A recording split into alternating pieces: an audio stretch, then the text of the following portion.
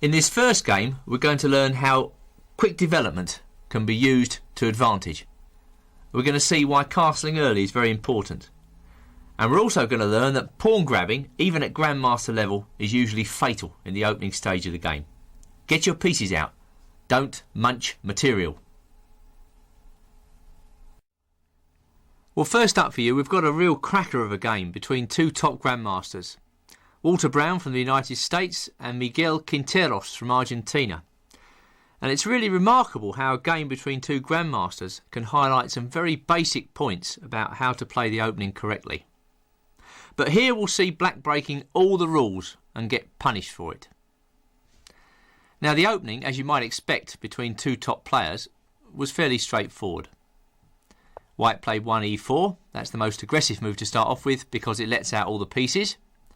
And black employs an opening known as the Sicilian defence. This opening has found favour with many of the world's top players and virtually all the world champions because it kind of dissuades white from playing d4 early on, which dominates the centre. It's a very good opening and I highly recommend it.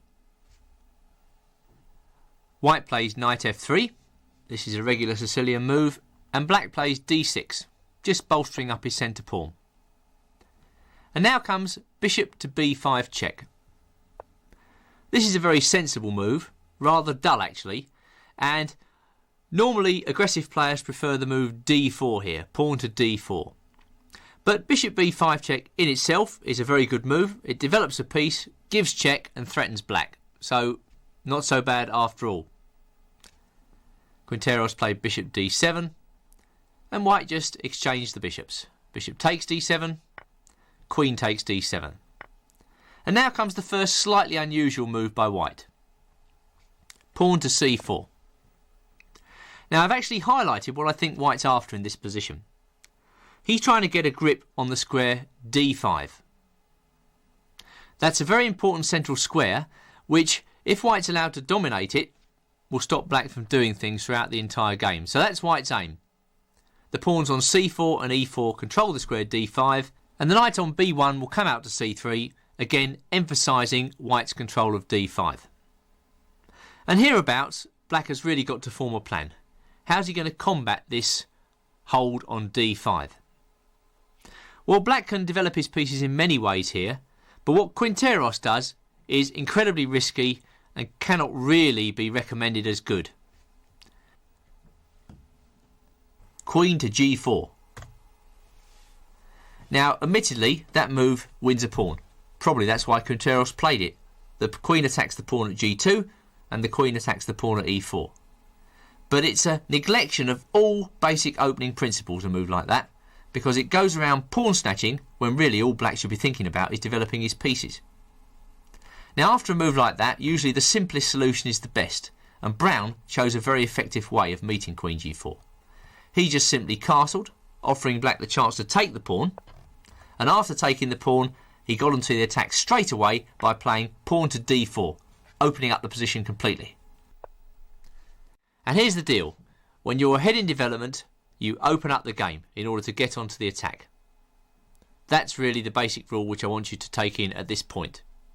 And now, with black falling dangerously behind in development, he's actually got to be very, very, very careful what he does. Otherwise he could go down straight away to a quick attack. Well, I'm not sure what advice I can offer black in this position, but Quinteros decided to get rid of white's central pawn. C takes d4. And now came another very good move by white. Not just robotically taking back the pawn on d4, he played rook e1. Again forcing the black queen to move. And black's queen went back to c6. Now came knight takes d4. And black had an opportunity once again to take another white pawn. Well, I don't know what Quinteros was trying to prove in this game, but he took off white's pawn. And this really is gilding the lily in many ways. It's asking for trouble. Personally, I would have retreated the black queen, and in no way would I have taken that pawn because it just opens up lines for white's pieces. In this sort of situation, the recipe is get your pieces out and attack. And that's precisely what Grandmaster Brown does. Out came the knight with gain of time. The poor old black queen has to move again, and she grovelled back to c8. But what a pathetic position this is for black after, what, 10 moves. He hasn't developed any pieces at all off the bat rank. Just one pawn has been advanced. OK, he's 2 pawns up. But, well, this sort of situation should be avoided at all cost, because white can attack black so speedily and so effectively with simple moves.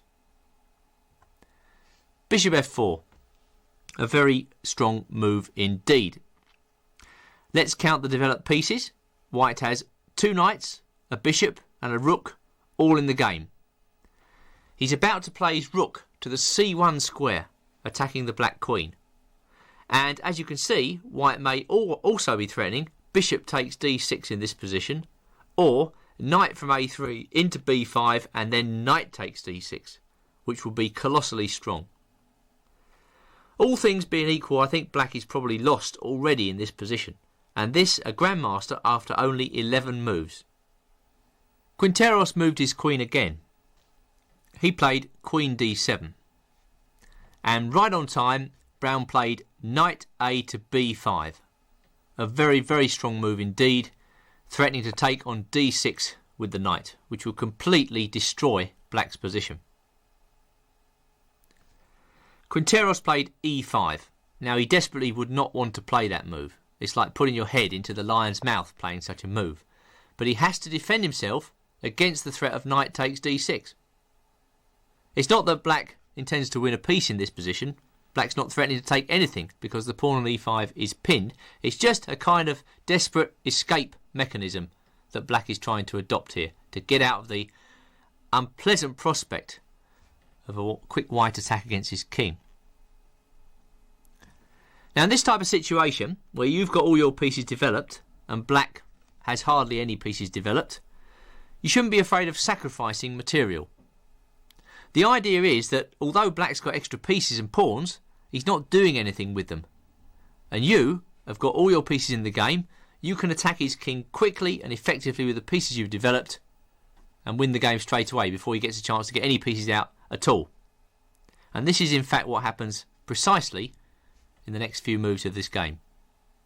Because brown played bishop takes e5, which to a master is not very surprising, quite attractive to the beginner or average player, this type of sacrifice, but it's very, very logical. Because if we follow it through, it's the poor old black king that's coming under fire. And still the only piece that black has managed to develop after 14 moves, and remember this is a grandmaster, is his queen. Not a very satisfactory state of affairs. Well, black's got to block the check. He brought his bishop out to e7, and now a crunchingly strong move by brown. Rook to d5. Well, the idea of this, of course, is that if black takes on d5 with the queen, then the knight will go into c7, forking king and queen. Let me just show you that because it's quite attractive. Queen takes the rook and in goes the knight. A most unpleasant situation for black, whose queen, king and rook in the corner are all fought by the white knight. Well, all this was getting a bit too much for Senor Quinteros. He played queen to c8. And white then brought his knight to f5. Well, let's have a quick tally of the developed pieces. White's rook on d5 and his 2 knights are crunchingly poised to deliver the killing blow, a knight to d6. That would win the black queen. On top of that, white's queen, although it hasn't moved yet, is ready to come out to all manner of aggressive squares. It can come to f3, to g4, to a4, all manner of aggressive squares for the queen, and white threatens rook c1. Black is actually a clear piece up in this position, but none of his pieces are doing anything. Proof positive that an attack must be conducted speedily and effectively with all the developed pieces. Black hasn't developed any pieces. It's no surprise he can't do anything against the white attack. Well, king f8 was Quinteros' miserable move, but now white played very simply. Knight takes bishop. Slightly paradoxical there. But black cannot take with the knight because of the rook coming down to d8, which would be checkmate in 2 moves. Therefore, king takes e7, and now rook to e5 check, setting up the killer threat of queen to d6, which would finish black off on the very next move. Therefore, black resigned.